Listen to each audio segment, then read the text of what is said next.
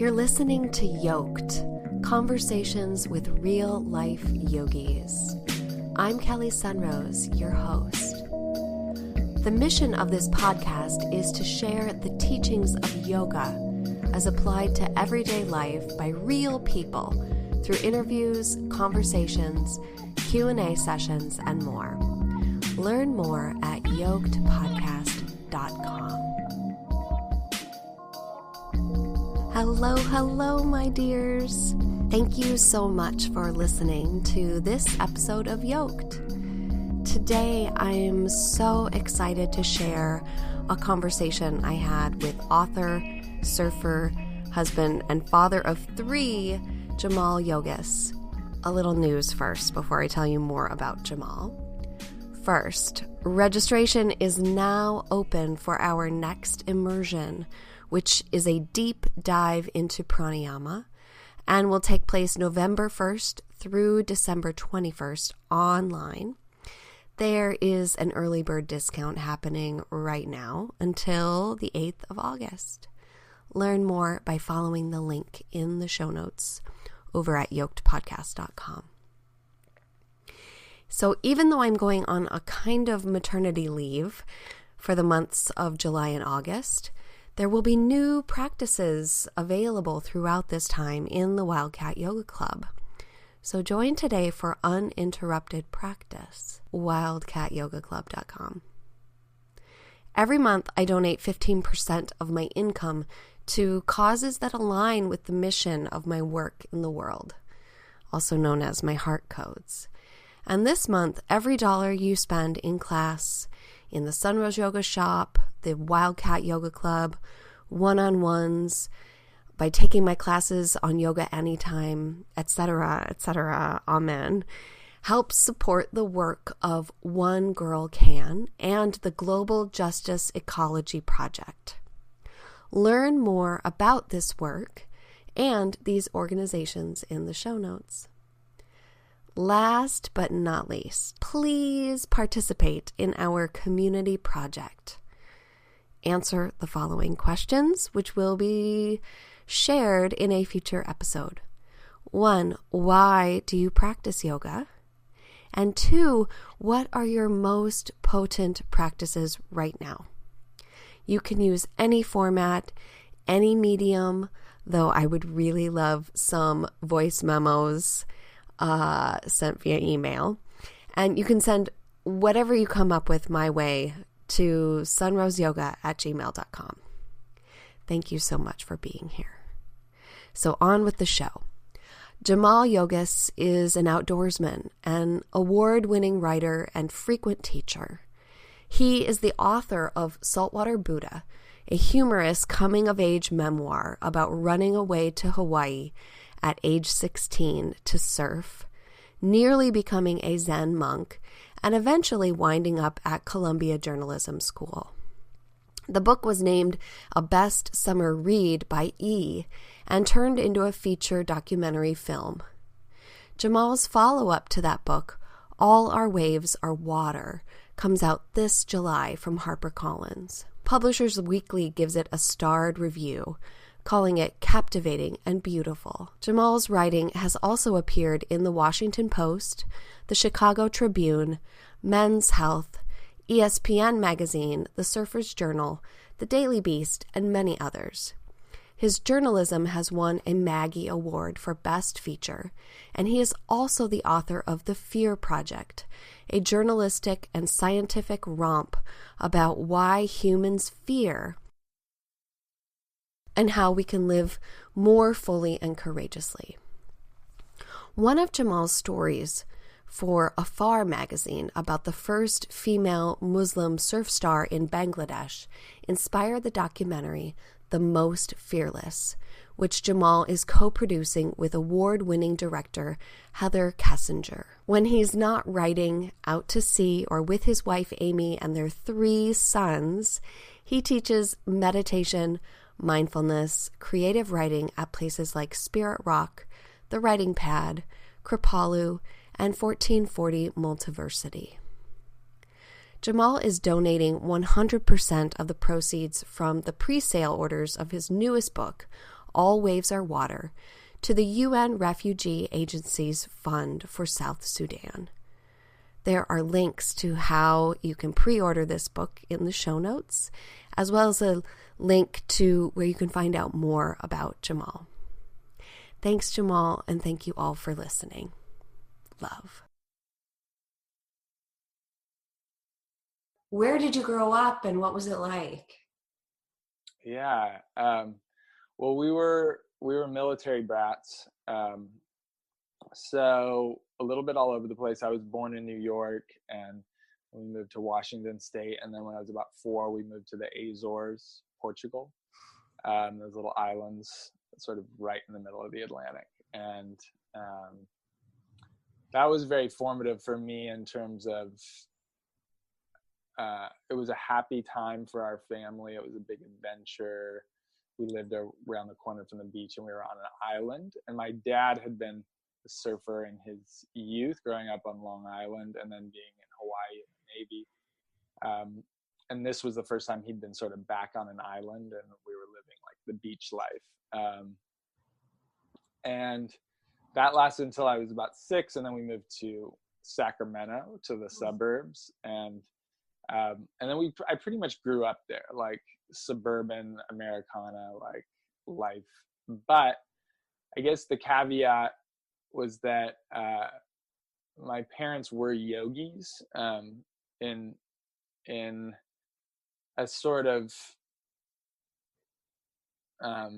here and there way. I mean, they had named me Jaimal after their teacher Sanchi. They were studying sound and light yoga in the 60s in Boston, and with an Indian teacher there, and his teacher's teacher was Baba Jamal Singh. That's where I got my name, Jaimal. And then when we came, they sort of, it ebbed and flowed how involved they were in different stuff like that, but we became part of the Paramahansa Yogananda ashram here in like Grass Valley in Sacramento. And so that was kind of church once we got to Sacramento, we would occasionally go there and do, the kirtan and our participation would sort of wax and wane in that, but they were also interested in Buddhist meditation. But my dad was like a huge Christmas guy, and I'd been raised Catholic, and my mom had been raised sort of Jewish agnostic, and we would sometimes do Hanukkah and eat matzo ball soup. And so we were just like total nuts, and also like books everywhere, lots of like Jung and Freud. And, we just grew up with so many different sort of philosophical waves moving through our lives and experiences. And I think we were just never told what to do with all that, but just sort of here it is, and then my parents divorced when I was 11, and that was probably where some of my just like teenage rebellion began, typical stuff, and why eventually I ended up, running away to Hawaii, which started my whole which I talk about in my books. That's sort of like where the adventure of my writing life begins, was when I ran away to Hawaii. And so there was a big, that's where my sort of public life begins, with like when I ran away. But then there was, all this other kind of just like normal suburban life with yoga. So were you practicing with your parents, or was it just sort of like part of your world and you orbited in and out of it? I'd say that we did like, we would meditate and do some like lion pose, with my mom when we were little, in the way kids do. And then it was just like, we were interested in like, Michael Jordan and, snowboarding until, and then we went to like a kind of summer camp that had spiritual overtones. So it was almost like, it was actually a summer camp based around the ideas of Edgar Cayce, who is like a spiritual healer. And I ended up going to that through a friend, but it was like a staple in my life. So basically for, 12 months out of the year, I was just like this kid who liked skateboarding and football. And then I would go to this camp, and we would kind of check back in for that week of the year with sort of like this world where we talked about our dreams and we talked about metaphysical possibilities. And it was the most freeing week of our year, because all of a sudden we dropped all this other stuff and we went and talked with these kids from all around the country who were asking big questions. And then in that week we could kind of be ourselves, or just inquire. And so that was kind of like our yoga as growing up. And then but no formal meditation practice or mindfulness practice. Then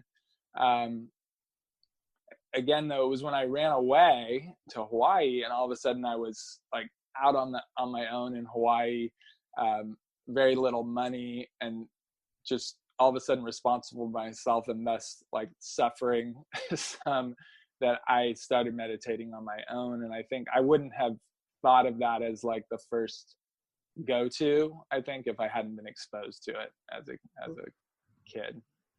Mm-hmm. And so how did you sit for the first time? I mean, were you sort of drawing on instruction that your parents had given you, or were you, reading a manual as you started that practice? Yeah, it's funny. Actually, now that I'm thinking back on it, there were times where before I knew how to meditate, actually even before running away, now I remember, where I did actually go and try to meditate, and I had no instruction. I remember I would steal away with this little metal Buddha statue that my dad had brought back from Japan, and just go up to my room and imagine what the Buddha might be thinking about. And I remember I would always just try to imagine like a really beautiful place. And I was kind of flying over that place, or beautiful islands and things. And that was looking back, I remember feeling a real freedom just in that sort of, and I had no technique really. And then when I went to Hawaii and really decided I wanted to get into it, I had started, I think I had Hermann Hesse's Siddhartha.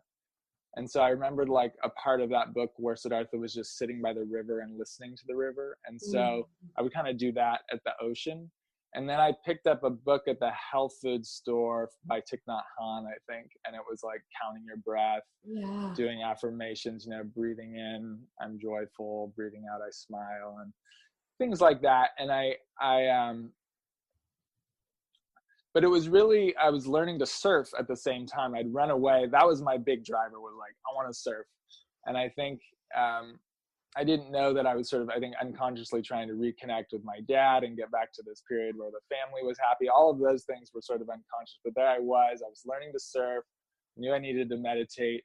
And in those early meditations where my mind was just this storm of like, what am I doing with my life? I was on probation back home for getting a DUI, and like didn't know if the law was after me, didn't know if I should tell my parents. And then I would get these glimpses of like counting my breath and all of that chatter kind of stopping to a point. And that was what kept me hooked, was like there was for the first time when you're, especially in high school, when there isn't really a moment where you're not thinking about like the social structure of high school. It's like that your life revolves around that.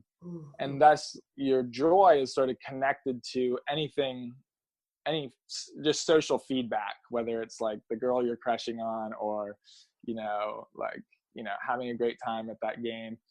And meditation, I just remember that light bulb going on of like, oh, joy doesn't have to come from out there. There's something peaceful in this. And of course, like there's the power of suggestion, one sort of expecting that in meditation, but the experience was different. But anyway, what my point was that listening to the water and then, learning to surf while doing this, I think I instantly made that connection between like my thoughts are moving by like waves. And so that idea that my thoughts are sort of impermanent and they come into being and then they pass away was instructive as well in a visceral way.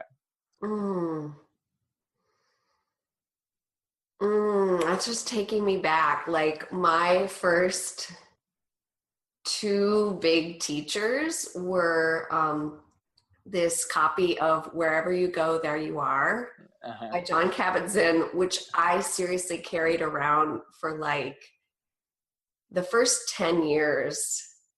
I mean, I feel like it took me 10 years to like really be able to sit still. Yeah. And Be Here Now by Ram Dass, and just like having those books as teachers and the little glimpses that you do get, like those moments of grace that come early on when, you know, the habit of practice hasn't really taken hold, but you get these little hits of like, oh, joy. Oh, I'm here. Like, it's just, you know, it's just a real gift. And I think like, it's so magical that you were able to like on your own connect that, with this force of the ocean. I like what you're saying, because I mean, thinking back again to that time before I had any instruction, the power of those experiences. And again, it's like, I think as the deeper we get into yoga, really any spiritual project, it becomes a project. And all of a sudden you're introduced to these levels of linear levels of sort of consciousness, or like a place you're trying to go. And before you're introduced really formally to it, you're just sort of open. You're just like, what is this? What's, what could this be?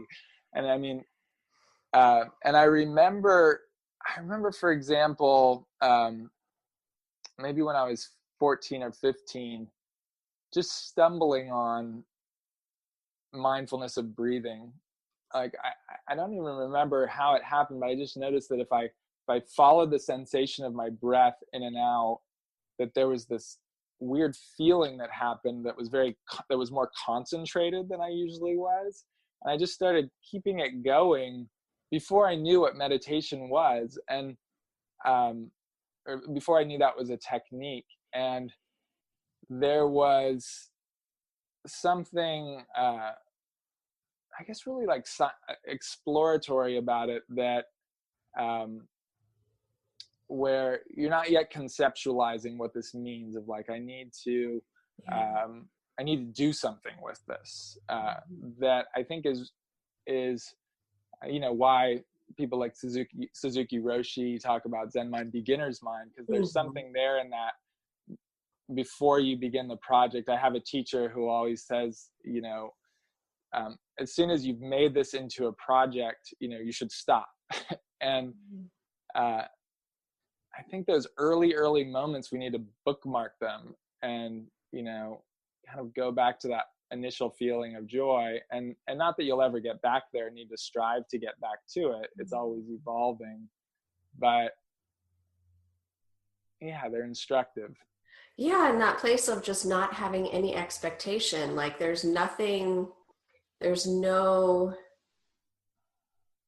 don't know what we don't know. And so anything is possible. Yeah.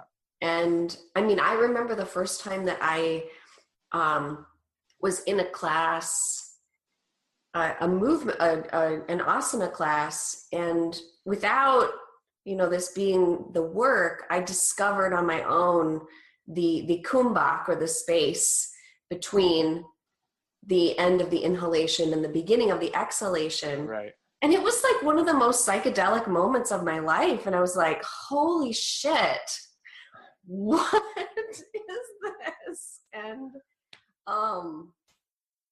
yeah, and without, I mean, now, like, you know, trying to remain open to the possibility of, you know, being surprised by any aspect of our experience is like just where it's at. Well, yeah, I think you nailed it with the expectation part, because it's almost like when you've read a lot about what to expect from meditation, like those moments at the top and bottom of the exhalation and inhalation, if you then experience that, you're just like, oh yeah, this is cool and interesting, and there it is. But if it's sort of if it's your discovery, it's more profound. But I think you can get back to that. I've been experimenting with this sort of style of mindfulness where I pretend that I have no memories.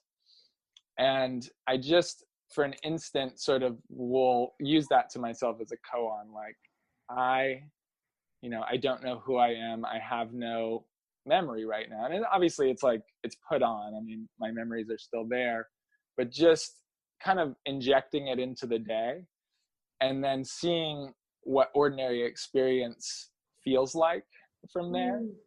And it's similar. It can sometimes open up a space where it's like those, the experience of just right now, the tingles in your hands, or the feeling of, your weight of your body on the cushion, can be, if you stumble on that, like an incredibly profound experience, of just being. Oh yeah. But it's like, we've already gotten so used to that, of like, well, that's what I put in the background, but just being, and then I, go off into these intellectual tangents and stories. And so I'm no longer really focusing on that. But yeah, I've just been experimenting with this, like, erase memory as a koan, and just checking out experience from there, whether it's, even if it's like, oh, I'm experiencing lower back pain or something right now. So what does that feel like not knowing that I have this history of a back injury, or like, it's just like, what's this experience fresh right now? Like, what does it feel like? And it's so interesting, because oftentimes I can get back to that kind of teenage mind of like, of really exploring, what does pain feel like? Is it actually painful? Like, or is it just sensation, And so yeah, I think the whole package is kind of there in that. But mm-hmm. Okay, so you've made your way to Hawaii. You're beginning to connect with your surfing lineage and to practice. Where does that take you? Yeah, so my dad comes over. We have a reuniting that I talk about in Saltwater Buddha. Basically, though, I go home and live with him in this like little backwater farm town that he's living in. Finish high school in France, because my parents, instead of sending me to military school, are cool and are like, all right, you need something different than your normal life. And I go on an exchange program. That's where I actually go meet Thich Nhat Hanh. And I go about halfway through my senior year, and I'm like, I'm done. I'm becoming a monk. Call my mom from the monastery, like, I'm not going to finish high school, I'm just going to live here.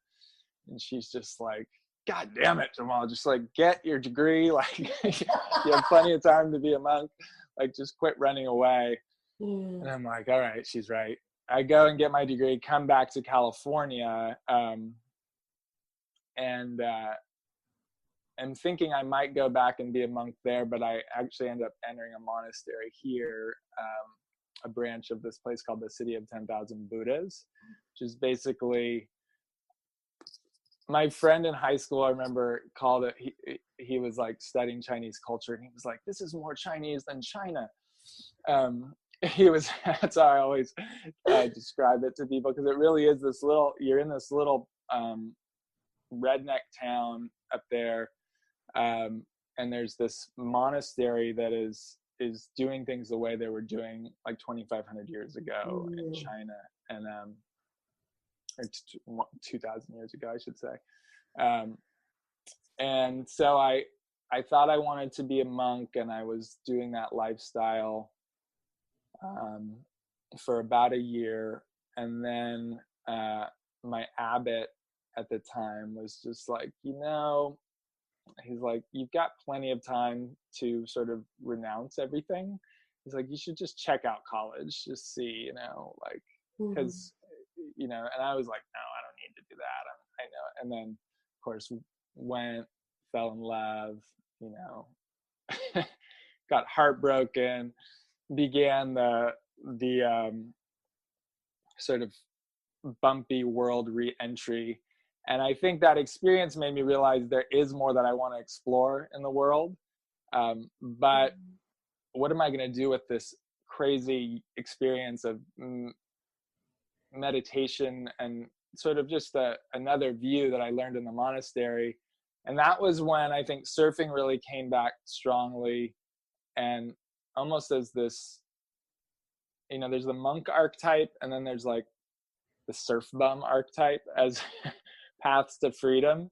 And so I went back to Hawaii, and I surfed, and I didn't realize it, but I was really, I think, trying to use surfing as a way to integrate everything that had happened in this Zen monastery, that I'd experienced this really intense retreat time with the storm and tumble of the world. And I think I've always seen surfing as a little bit as this, almost like this bridge between workaday world and like church, because that's the role it played for me. And so, and then, life rolled on from there.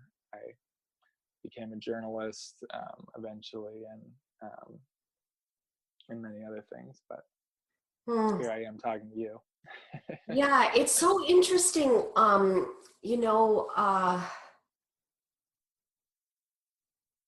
think a lot about the four aims of life and the four stages of life, and how when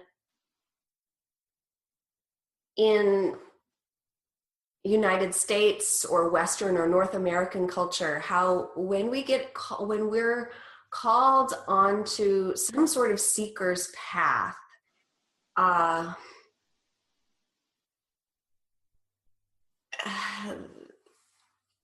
there's some tension there between, like in trying to figure out how to integrate our practice with daily life. And we can feel this. I mean, at least I felt this, and many people I talk to, where there can be this moment or moments or years where there's sort of a strong pull toward renunciation, toward like really dropping into practice, and then something that calls us back and says, no, you can do that later. Absolutely. But for now, the work is very much in the world. And I just hear that sort of common threads in so many stories of humans who are on some sort of seeking path. And it's that you talk about surfing this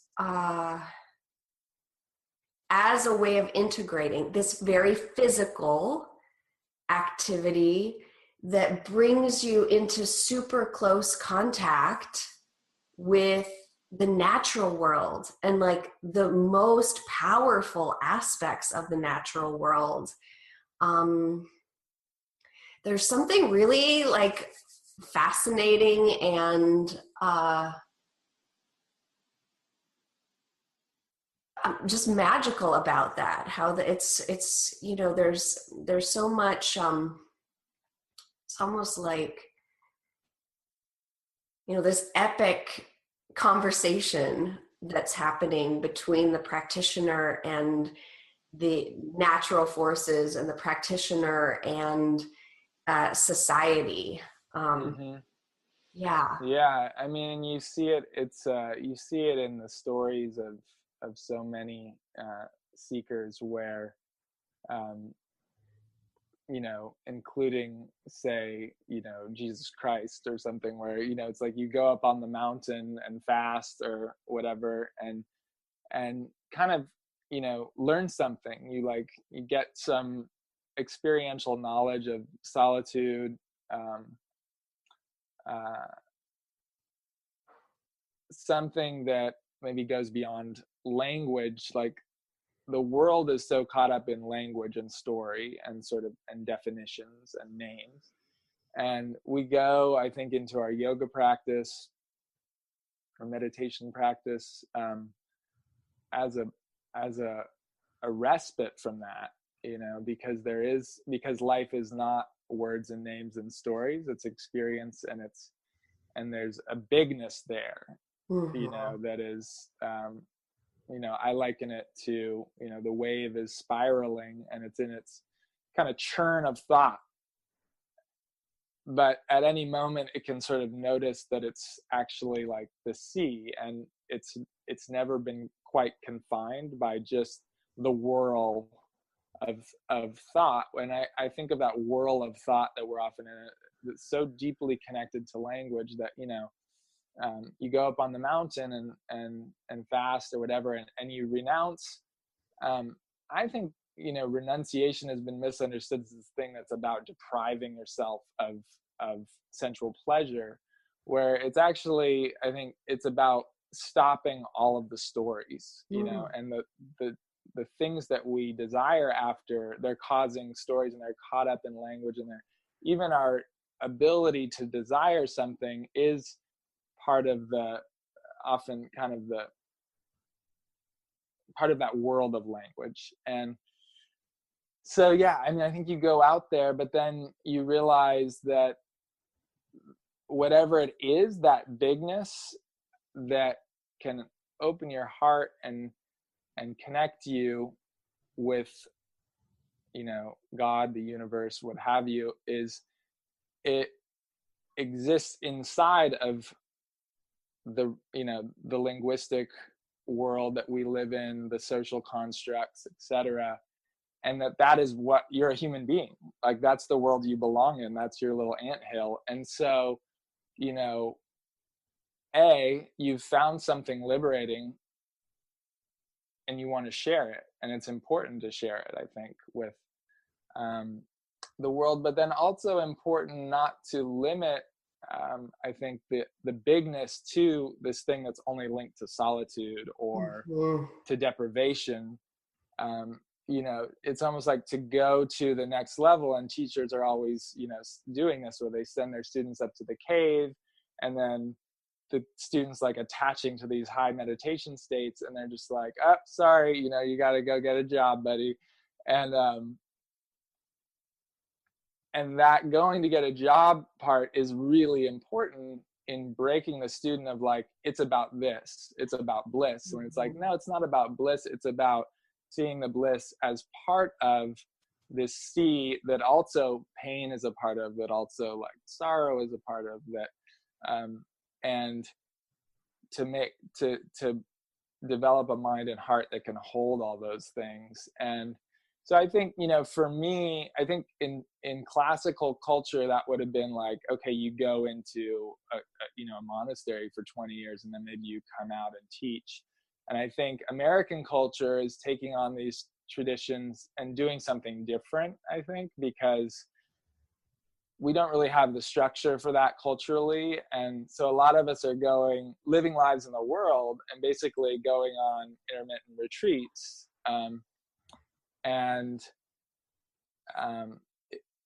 And I think it's really interesting to watch our culture start to take this on. And and try to figure it out. I mean, we're basically in the Wild West of sort of like trying to figure out what does it mean to be a yogi in like, 21st century capitalist, like, go society. And of course it's possible. It has to be, because everything's included. But I think your point is great, that there's something there that like has to happen.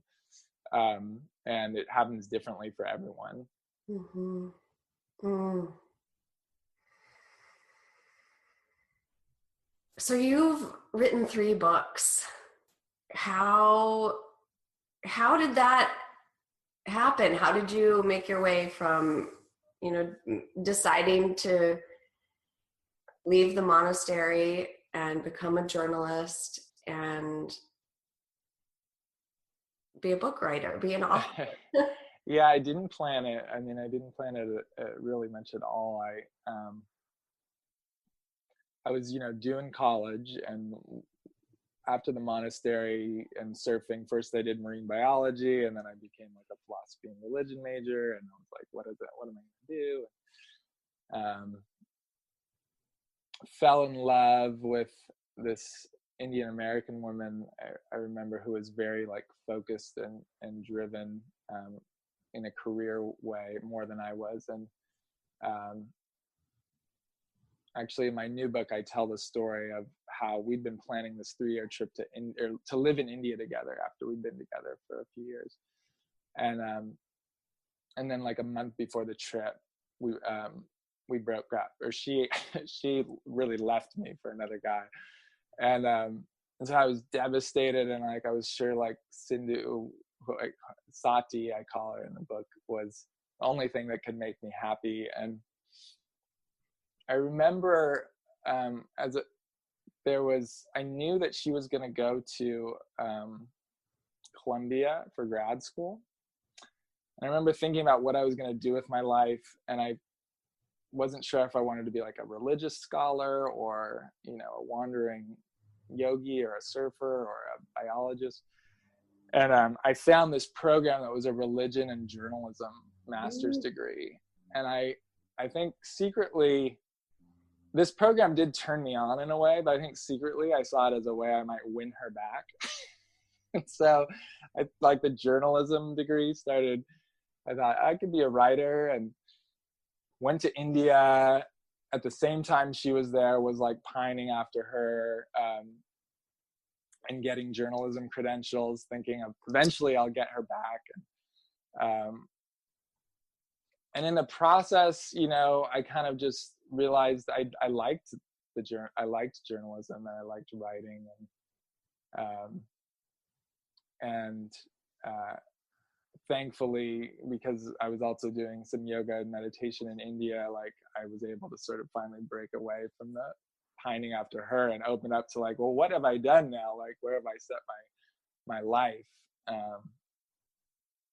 But yeah, I then went to journalism school and was trying to be a traditional journalist, writing about politics and things. And that was good. I got a magazine writing job, but there was always, I think, because there was this part of me that has yearned, obviously, to know truth with a capital T, and I think the way that journalism is still in that sort of logic world where knowledge is obtained through external inputs, and what you know is what you can observe. And I was a little bit dissatisfied with that, in the way that I'm very fascinated by science, but I could also find it limiting. Mm-hmm.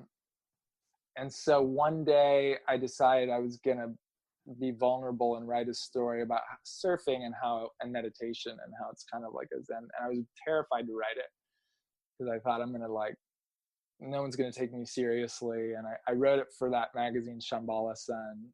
And of course, like, it was like, I got like $100 to write it, and it became the most popular article I'd ever written, and buzzed around. And because it was true, there was something like true and honest and powerful about it, and in the vulnerability, I think, too. And I think I got kind of hooked there of like in writing, this experiment with writing from the heart as really as a yoga practice in itself.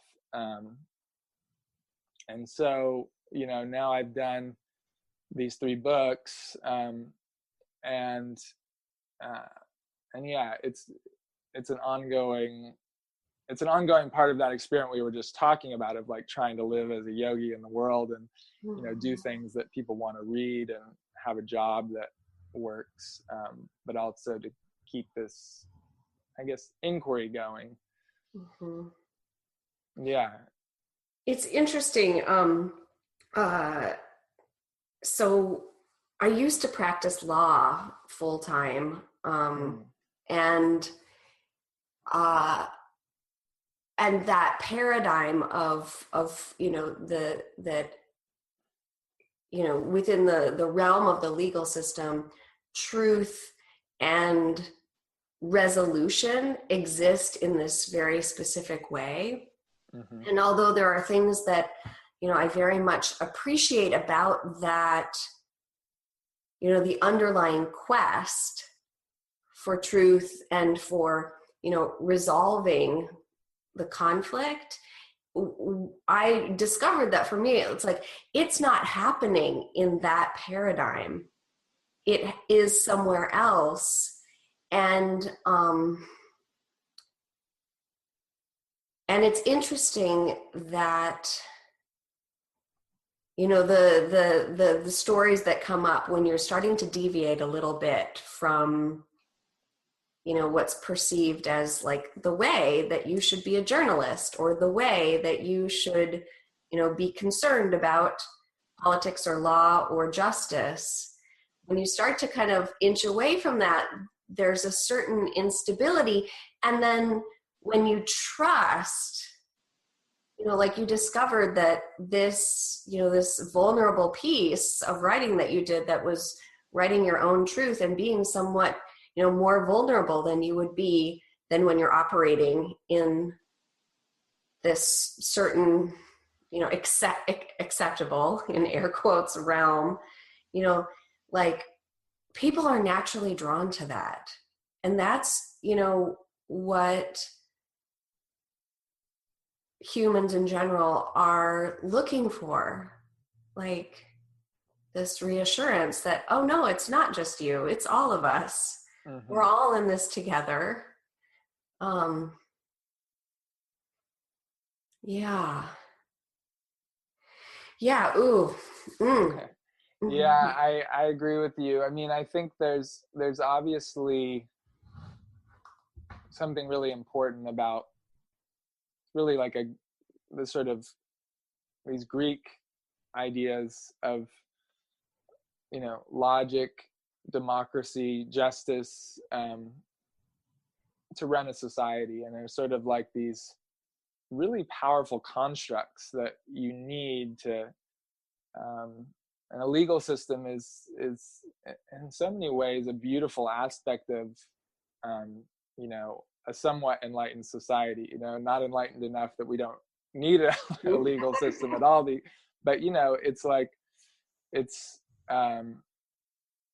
you know, there are rules and regulations that we all agree we need to function in to find peace. But that peace that is like a product of the constructs of a legal system, it's like it can only be a constructed peace. And it's important. It's sort of, I look at it almost as like, it's like a manifestation of a, like we even have this idea of peace. Like, Yeah. Where did that come from? We have this idea of justice and love and, you know, and unity. And those ideas, I think, those are the ideas that we came to in a way that was outside of these constructs, because they are innate to being, you know, is my opinion. I think that's what you come upon through yoga practice, is that it's like when the deeper you go into this sort of experiential realm of presence, you feel say a universal love for all beings like gurgle up. And it's like, this seems infinite and huge, and where did it come from? Because it's not coming from somebody telling me that this is how I should feel. It's like coming from something spontaneous. And my opinion, I guess, is that those experiences that, saints and sages and poets and yogis have had, and then basically like shared with the tribe of like, there's something here, have then, I think because maybe not everybody, they're hard to put into words, we then try with constructs to sort of find something, a way to get there together. And I think, journalism and law and politics, they're all part of it. And they're all part of like our, I guess, like a tiered model to enlightenment, but I think as people who maybe feel like there's something also bigger than those constructs, we have to really trust that there's something extremely important about that, even though the people who are operating at the top of these echelons of the constructs may not be saying that, like, that this is important. It's like, we really have, and it's a struggle, I think, to trust that that's important, because the world really wants you to function in a box, and then when you're talking out of that box all of a sudden and being vulnerable or being speaking outside of it, people go, oh yeah, there's something there, because they feel it too. But it's like, it's almost like we need to be given permission to feel it, and we don't until somebody's saying like, oh no, that's legit, that's real. So yeah, we're curious creatures. I don't know. Amen. So what is your practice like now? You're a family man. You're, far from the monastery. You're deeply in householder life. What is your practice like? And I mean your contemplative practice and your writing practice. Yeah, I'm still working that out. I mean, the answer is that I mean my contemplative practice really is my family life and my writing life. Although I do set aside, time every day to practice a little asana, a little meditation, and I'm fortunate to live across the street from Ocean Beach, so I still get to do the surfing yoga. Less and less, because we have 3 kids under 6. Are those times easy to carve out? So I think that's why I wrote this recent book, All Our Waves Are Water, which the title is really because all our waves are water is, I guess, my little metaphor for, it's all one. And it's all one inside of the many parts. And I think that's often in yoga sort of like the teaching that you get at the end, after years of whatever ethics and concentration practice and asana and service. But I guess when it's the most important, I think, and I think something about family life, which you probably relate to, it's just so crazy, the scheduling and I just have to laugh sometimes how chaotic our lives are, that there's really no opportunity for, I guess those big moments that you would find in meditation if you don't make this radical shift to being like everything, including like this trip to the emergency room with my child who right now is the practice, is the divine, then you just don't there's no other way, I think. And so I'm really, that is my practice, I think, is just every time, seeing the fatigue of fatherhood, the grit, the like disorganization, the like, kindergarten applications as like, this is it. This is as good as it gets. This is the divine right here. And how, I guess that challenge is my practice, and further opening up to that, and really trying to understand what that is. And yeah, I'm finding laughter to be really, and comedy to be really important in that process, because there's something just very funny about how we're never going to get it all done. Yeah. And there's this sort of American utopian story of like how you are going to get it all done. Like success is like getting it all done, and you're going to have that. And it's like that is really, that process is never ending. And so it's like the finding liberation inside of it is just and I think and then at the same time, I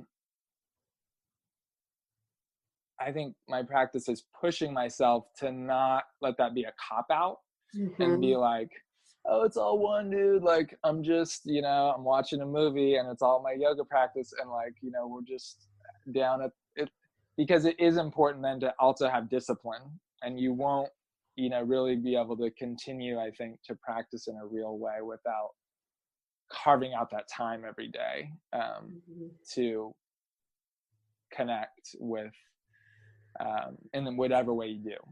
And for me, yeah, I think my sort of sitting practice, is sort of like the core of that. Like if I can get that, even just, 15, 20 minutes of stillness, it's like that. I need that. Yeah. I hear you. I feel like, and it's also interesting how it very much ebbs and flows with what stage the kids / chaos are in. But certainly for me, like my seated meditation practice became so vital just to the practice of my life when I had a baby, in a way that it just, before that it was like, oh, this is great, everything's, it was non-negotiable for me, really, to like, even if it meant waking up, when the stars were still bright, so that I could really get that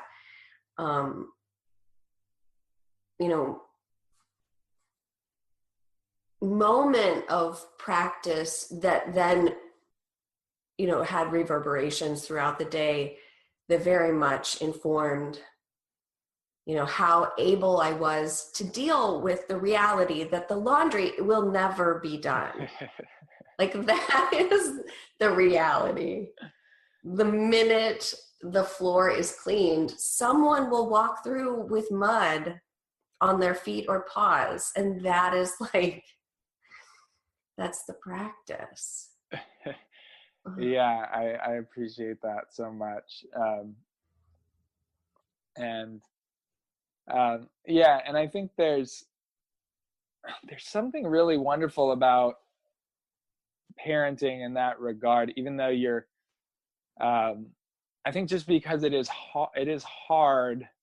I mean, there's lots of joys, and like those profound moments, and just the love that overtakes you when you become a parent, that's different than any other kind of love you've experienced before. All that's there, but then it's just the day-to-day is just like it's just like a grind in a way you've never experienced before. And it's like, I used to think I knew what being busy was and being tired was, and it's like I had no idea. It's like I and I'm sure you can relate. It's like I never thought I could push through, like, be operating with the kind of fatigue that you operate with when you have, a baby and a toddler, and then you dip into the reserves of what, it means to have a body, and like have to, because somebody's survival depends on you. And that in itself is a practice, because you're pushed to your limit, and it is kind of an austerity in a way. And then you see what's there, like you see what your capabilities are. And but I think it's also really instructive because, and obviously parenting isn't the only thing like this, there are lots of difficult things, in that suffering is the best reminder to go to the essence of the practice. Because, like, I don't know, before I had kids, I was kind of like, I was always feeling pretty good. I was like, I surf, I like, unless like, something was going wrong with my relationship or whatever, it was like, I feel good. Like, I'm healthy. I'm outside. Like, I love nature. Life is pretty good. We live here in this country where things are easy. And so I think my practice was often this kind of like, I'm sitting down as almost like a way to get high. Like, I'm already feeling pretty good. And then I'll do this 2-hour meditation, and I'll be like, then my dinner afterward, I'll be mindfully eating it. It'll be so much more scrumptious. And like, all those things are good ways of practicing. I'm not knocking them. But when you're like, you just need it because you're like, I'm struggling. Like, I'm just like struggling to get through the day and remember what it's like to feel like, go have fun, because you're just so tired. And then you practice, it's like you're looking into the root of suffering, because you want to understand, like, what is liberation now mean? And what are these teachers talking about who are like, you can embrace, where you can find liberation now in this instant. And I think for me, I'm really I remain grateful, I guess, for taking this path, in that I think I could have easily just kind of like coasted, just been like, yoga feels good, like life feels great, and not really been pushed to look at like other people's suffering and like how hard life can be for people, and by the same token, how liberating these practices can be when you are really struggling. So yeah, I mean, I think it's good. I mean, I often miss my life in my 20s, but I ultimately, I'm really glad for this teaching. One thing that I noticed is that for the pre-order time or realm for your new book, which is coming out on the 4th of July, you are making some charitable donations of the proceeds from that. How did that all come about? And tell me a little more about it. Yeah, I was I was going to pick up my kids to go to this like absolutely amazing preschool. It's like going to, you just step in, the teachers are all like, it's ridiculous how wonderful it is and loving. And I was on my way to pick them up, and NPR was talking about the South Sudan famine, and it was one of those stories where they were talking about, I'm probably going to get choked up talking about it, just like that the kids were, eating water lilies to survive, and how many millions were at risk of starving to death from these wars. And was at the same time, Syria news. And, at that point in my day, like my biggest, I'd been talking with my publisher about like, how many pre-orders are we going to be able to sell to like make the bestseller list? And like, and I was, it takes a lot of marketing and to do that. And I was just having a hard time holding the contrast of our lives here in San Francisco and the way people are having to live. And so I just thought, at the very least, this is my job. I'm an author. I'm going to be, posting a million times, like, pre-order my book, if I can use some of that to bring awareness to the famine, and whatever I donate from my proceeds, it'll be like, we authors get like $1 a book. So I was just like, I need to get pre-orders. I would love to, if it can help one kid in South Sudan not starve, or that would be a way, a good thing to do. It was all I was thinking. And there are a million different causes I could have chosen, but I think being a parent is just unthinkable. It's unthinkable to the struggle that some families are going through. And so yeah, if you pre-order a book, I'm donating the $1 that I get to UNHCR, who is I think doing a lot of good work in that area, just to get, it's hard to get food in right now because of the wars that are going on in South Sudan. But I trust that they are that money goes really well spent. So that's what I'm doing. And I don't know if it's to deal with my own like white guilt about like living in this, like where I do and or what, but it's just in the moment I was sobbing, I was moved, and I was just like, I got to do something to I guess it's a way of giving thanks for having the job that I do have, and just to say, I'm very grateful, but I haven't forgotten that, we're all in this together, and nobody's really free until we all are. And even though these practices are so powerful, where we get to meditate and do yoga, you do need basic sustenance. You need to be able to like have the energy to walk. And in a lot of these places where we're at are at the limit right now, they can't even approach that idea. And so I think it's important that we always keep that global perspective, even though it's a lot like parenting, where it's like the kitchen's never going to be clean. Like people are always going to be suffering and dying unfairly. And it's like, we got to keep going and doing our best, which is never enough in a practical sense. But yeah, it's something. I'm so glad that you are doing that. I mean, I really appreciate that. And I do, I mean, I think there's this aspect of practice that really opens up when we, put all of these primal, instinctual, ineffable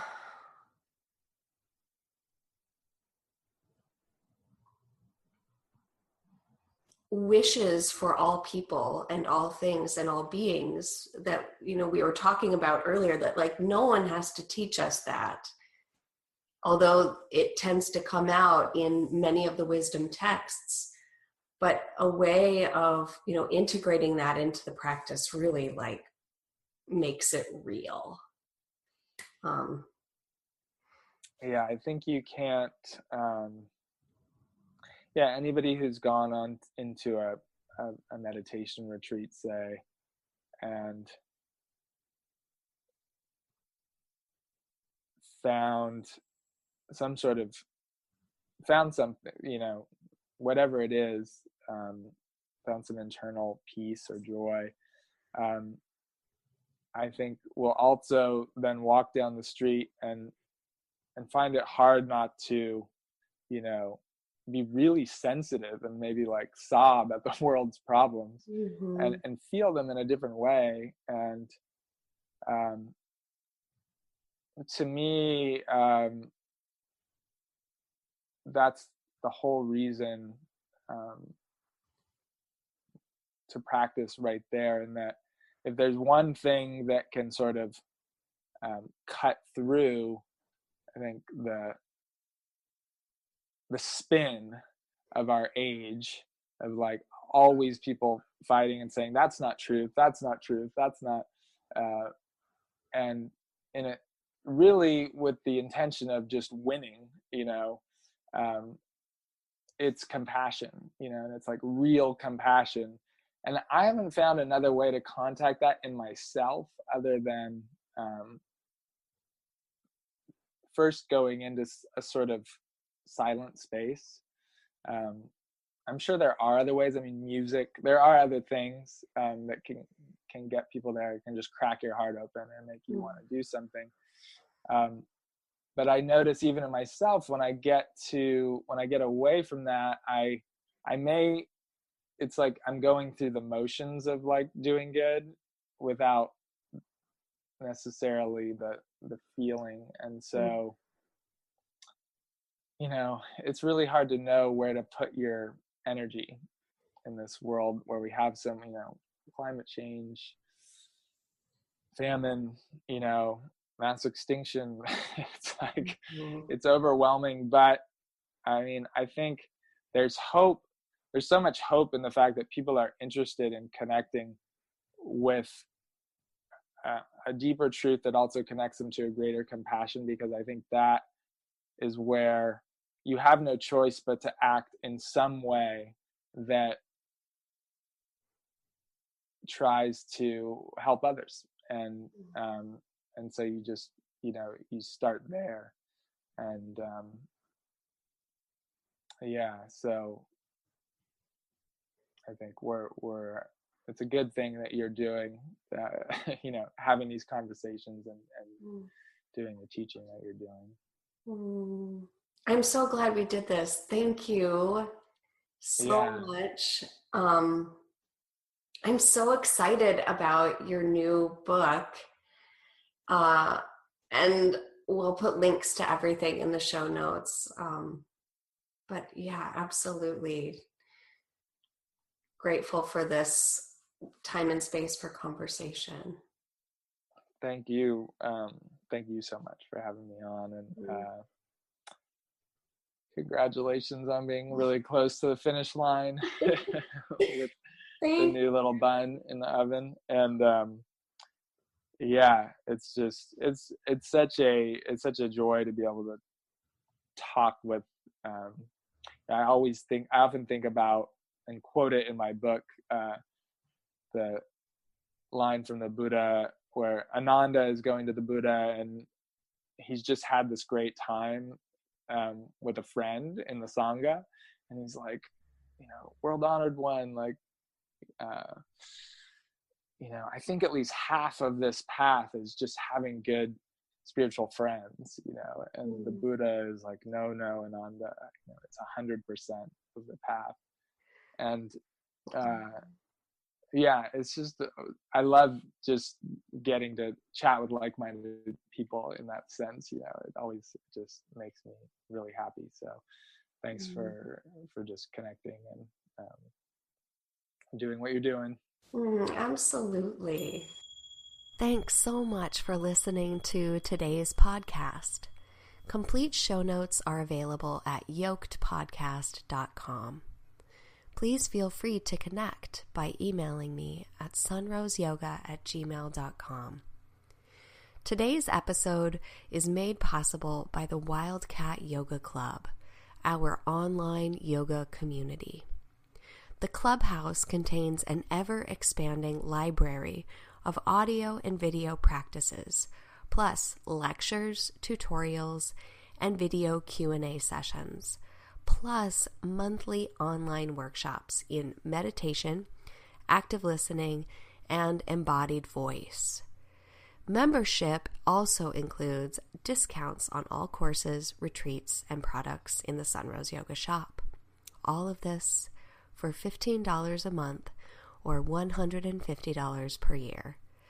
Connect with the yoga of real life by visiting www.wildcatyogaclub.com. Thanks.